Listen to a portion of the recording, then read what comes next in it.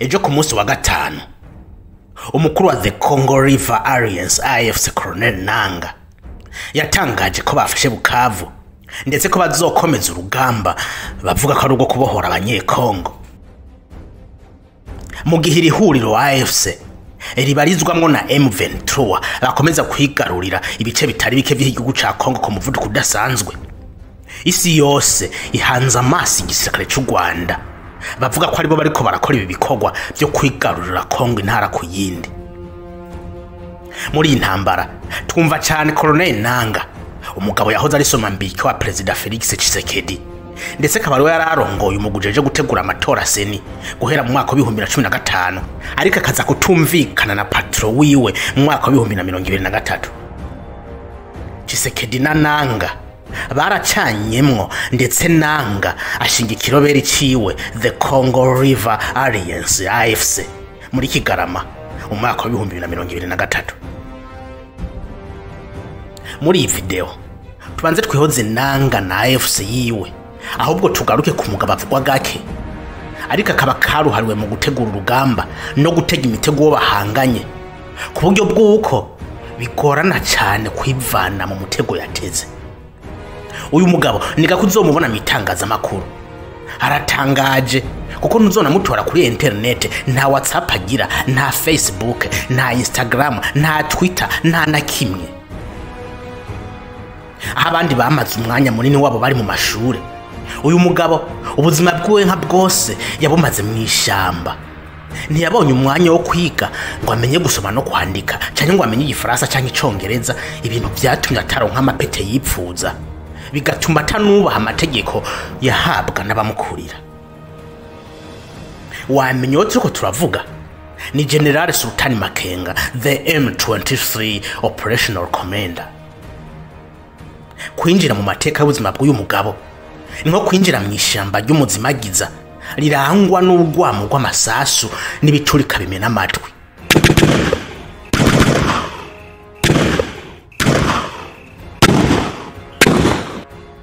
Uyu mugabo akunda kwivugira ati my life is a war, ati ubuzima bwanje n'urugamba, ubuzima bwanje n'intambara. Bamwe bamwita umuntu ategera ashaka amahoro, he wants always problems. Mu mwaka wa 2012 umuhari Me 23 warimwe abagwanyi bahoze muri CNDP yari irongowe na Laurent Nkunda bafashe igisagara ca Goma. Ico gihe Sultani Makenga yafatiwe ibihano n'urwego rwaho ni rujeje umutekano, the United Nations Security Council. Ibihano vyongera ku vyo Leta Zunze Ubumwe za Amerika zari ziherutse kumufatira.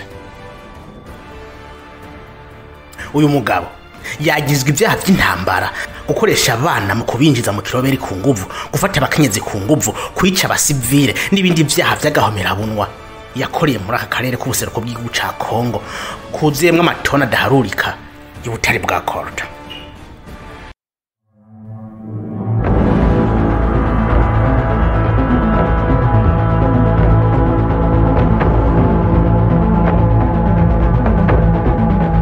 Ubuzima bwa Makenga butangira ku munsi wa Noel w'umwaka w'1973.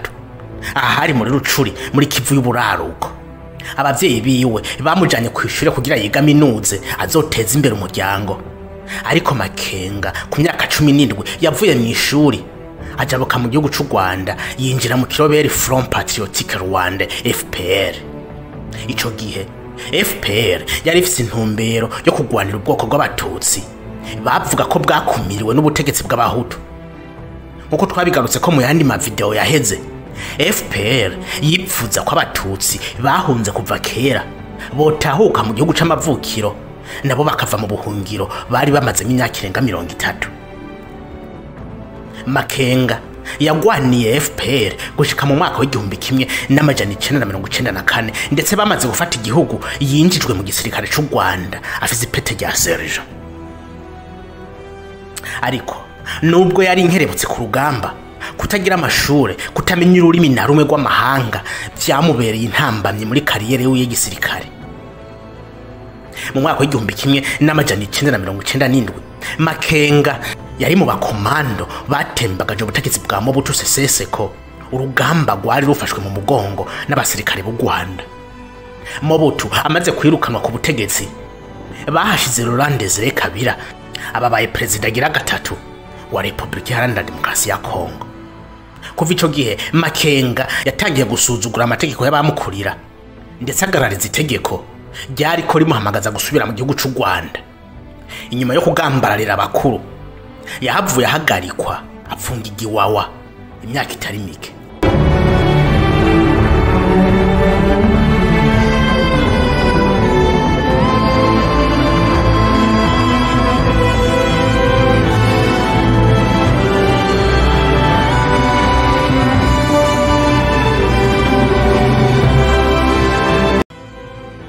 Mu gihe Makenga yari wawa, imigenderanire hagati ya Kigali n'ubutegetsi bwa Kabila ntiyari yifashe neza, ndetse byagenda biyangara nkuko tubibona uyu munsi hagati ya Tshisekedi na Kagame. Kagame Paul yari afise ubwoba ko intera hamwe zahungiye mu gihugu ca Kongo bazohava bagaruka umunsi umwe bakamukura ku butegetsi nkuko nawe yabigenjeje mu kwikura kwa Habyarimana Juvenal. Ni muri iyo ntumbero ingabo z'u Rwanda zinjiye muri Kongo maze batangura kunyagaza intera hamwe aho zahungiye. Ariko u Rwanda rwari rufise misiyo zibiri. Misiyo ya mbere kwari guhiga intera hamwe, misiyo ya kabiri kwari kwegeranya amabuye ya coltan yarasanzaye muri gihugu cy'ubuseruko bwa Kongo. Perezida Kabila ibi ntaco yari kubikorako, yananiwe guhagarika Kagame nkuko na Tshisekedi no munsi byamutaye kuwa amazi. Mu mwaka w'igihumbi kimwe n'amajana 1998 u Rwanda rwaridegemvya mu gihugu ca Kongo na Sultan Makenga yahavuye arekugwa, ndetse abo mu komanda akomeye muri intambara yari ibangamiye ubutegetsi bwa Kabila. Mu mwaka wa 2003 intambara yaracureshe mu gihugu ca Kongo, ndetse abahoze ari abarobere mu bwoko bw'abatutsi harimo na Makenga binjizwa mu gisirikare ca Kongo. Ariko wa wundi ngo I don't peace Makenga yavuye mu gisirikare yinjira muri Mei 2023 ikirobere cyari gihejeje kuvuka. Muri kino kirobere Makenga yagizwe general, ndetse mu minsi yakurikiye abari we muyobozi w'umuhari. Ariko bose ntibamwemeye nk'umuyobozi kuko hari abari bashikikiye General Bosco Ntaganda. Mu mwaka wa 2013 nyuma yaho bigaruriye Goma, Mei 2023 yagabwe kibitero sindamusiga. Bosco Ntaganda yahungiye mu Rwanda aho yahise yishikana kuri ambasade y'Abanyamerika. Ivyo ntivyagenze neza kuko sentare mpuzamakungu sepi yamuciriye imyaka 30 yo gupfungwa. Sultan Makenga n'abandi bagwanyi ba Mei 2023 bahavuye bahungira mu gihugu ca Uganda. Kuva ubwo vyasa naho ivya Mei 2023 birangiriye ngaho. Imyaka 8 yaraheze atanumwe yumva canke ngo avuge ibijanye na Mei 2023 gushika mu mwaka wa 2021 aho hongeye kumvikana Mei 2023 mu buseruko bw'igihugu ca Kongo. Iki gihe Mei 2023 yari izananye ishavu rikomeye, ntibari bakiri bamwe bo mu mwaka wa 2012. Mu kwezi guheze bigaruriye igisagara ca Goma inyuma y'imisi 3 bagwana n'ingabo za FARDC. Inyuma ya Goma, Bukavu nayihejeje kugwa mu minwe y'aba bagwanyi. Aha ni nyuma y'inama y'abakuru b'ibihugu vya EAC na SADC. Inama yari yo guta umwanya gusa no konona amafaranga y'ibi bihugu kuko ivyo bapfunditse nta na kimwe cagiye mu ngiro.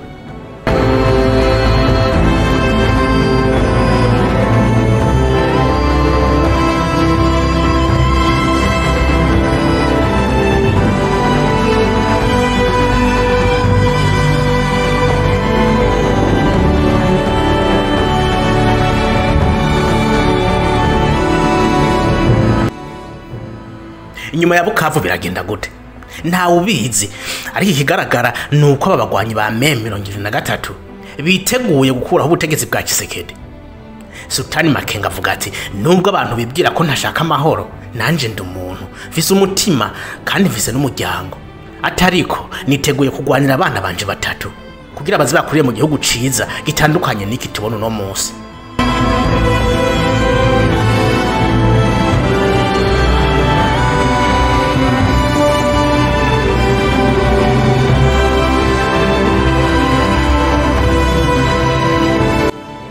Mwakoze cyane kubana nanje muri no video. Niwibagire gufyonda hari jeme na subscribe.